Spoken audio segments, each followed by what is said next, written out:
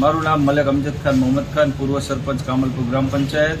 હું મૃતક ઇમ્તિયાઝ ખાન રશીદ ખાનનો મામા છું. જે મૃતક છે એ અમારા ગામ પાસે આવેલી કંપની રામેશ્વર પ્રાઇવેટ પેપરમાં કામ કરતો હતો. ત્યાં સેફટીના સાધનો, ફાયરના સાધનો, ફર્સ્ટ એડ નામે કોઈ જ વ્યવસ્થા નથી. કંપનીના માણસો કોઈ પણ જ્યાં નોકરી કરે છે એનો કોઈ પીએફ કે વીમો ઉતારેલ નથી અને મનસ્વી રીતે પોતાની કંપની ચલાવેલ છે. અમારા ભાણેજને શોક લાગતા વિરમગામ હોસ્પિટલ લઈ જવામાં આવેલ હતા.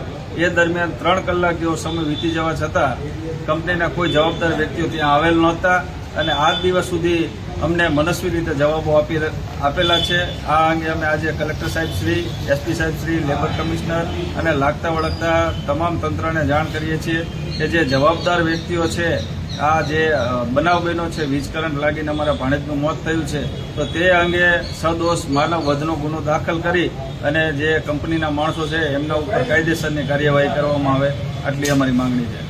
મલેક હુસેન ખાન લતીફ ખાન, ગામ ખેરવા રહું છું. મારો ભાણેજ કામલપુર કંપનીની અંદર કચેરી આવેલી છે, તેમાં નોકરી કરે છે. ત્યાંના શોર્ટ લાગવાથી મૃત્યુ થયેલ છે.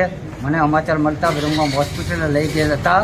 વર્કરો હતા, શેઠિયાઓ કોઈ જવાબદાર વ્યક્તિ હાજર ન હતા અને ત્યાં 3-4 કલાક સુધી શેઠિયાઓ આવ્યા નહોતા અને પછી 3 દિવસ સુધી કોઈ પણ જાતની અમને પૂછપરછ કરવામાં કે ઘેર આવીને પૂછપરછ કરવામાં આવેલ નથી. તેથી તે કલેક્ટર સાહેબને આવેદન આપવામાં આવે છે. આની તપાસ કરી આ લોકોને સખ્તમાં સખ્ત સજા થાય એવી માંગ છે.